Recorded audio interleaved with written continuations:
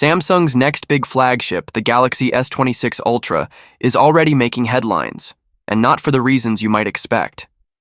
In a surprising move, Samsung has decided not to debut its brand new 200-megapixel ISO HPB sensor in the S26 Ultra.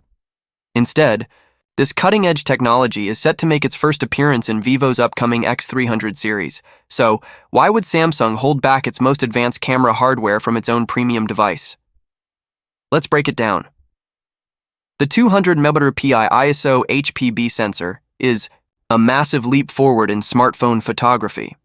With its larger 1.4-inch format, it's designed to capture incredible detail, improved low-light shots, and superior dynamic range.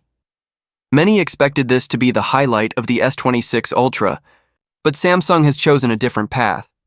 Instead, the phone will ship with a smaller 1.55-inch telephoto sensor, a choice that raises some interesting questions about strategy.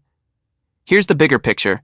Samsung's semiconductor division, which develops advanced camera sensors, and its MX division, which builds smartphones, don't always see eye to eye. The semiconductor team wants to push the limits of hardware innovation, while the mobile team has to consider factors like cost, design, and usability. By letting Vivo launch the new sensor first, Samsung positions itself as a leading supplier of next-gen components, while keeping its flagship lineup slim, sleek, and more balanced. And that's another key point: design and portability. The S26 Ultra is expected to be thinner and lighter than ever. Larger sensors like the ISO HPB add bulk, and Samsung seems determined to deliver a device that feels premium but still easy to handle.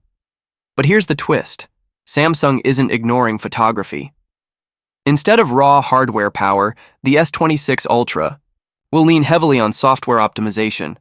Expect smarter image processing, improved color accuracy, sharper night shots, and advanced computational photography. Basically, Samsung is betting that AI-driven photography can rival or even surpass hardware upgrades.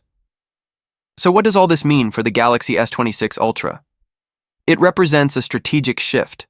Samsung is focusing less on chasing extreme hardware specs and more on offering a well-rounded flagship, a slim and stylish design for everyday usability, smart, software-driven photography improvements, practical cost balance to appeal to more users. In short, the S26 Ultra is Samsung's vision of a balanced flagship, one that blends innovation with real-world practicality. Sure, some hardcore tech fans may be disappointed by the missing 200-megapixel HPB sensor, but this decision highlights the changing priorities in the smartphone industry. What do you think?